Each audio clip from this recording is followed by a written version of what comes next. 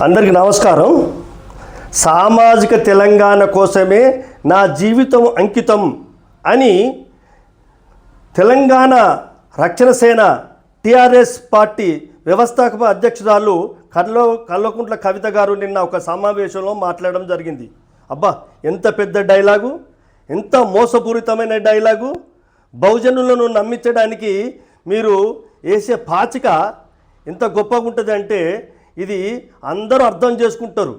మీ నాన్న ప్రత్యేక తెలంగాణ రాష్ట్ర ఉద్యమం జరిగినప్పుడు బహుజనులను ఉద్యమంలో పాల్గొనేటట్లుగా, ఎస్సీ ఎస్టీలను ఉద్యమంలో పాల్గొనేటట్టుగా చేయడానికి కొరకు దళితుడే ముఖ్యమంత్రి అన్నాడు. దళితుని ముఖ్యమంత్రి చేస్తా, ప్రత్యేక తెలంగాణ వస్తే దళితుని ముఖ్యమంత్రి చేస్తా, చేయకపోతే నా తల నరుక్కుంటా అన్నాడు. వినలేదా మేము మీ మాటలు?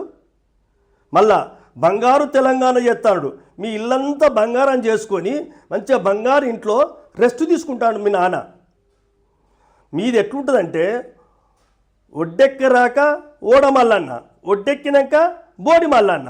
ఇది మీ కుటుంబానికి బాగా వర్తిస్తుంది. మీ నాన్న ఒక దిక్కు, మీ అన్న ఒక దిక్కు, నువ్వు ఒక దిక్కు. ఇది రాజ్యాధికార పోరాటం. డబ్బులున్నాయి, దళితులను బహుజనులను మీ చుట్టూ దింపించుకుంటారు పైసలు ఖర్చు పెట్టి.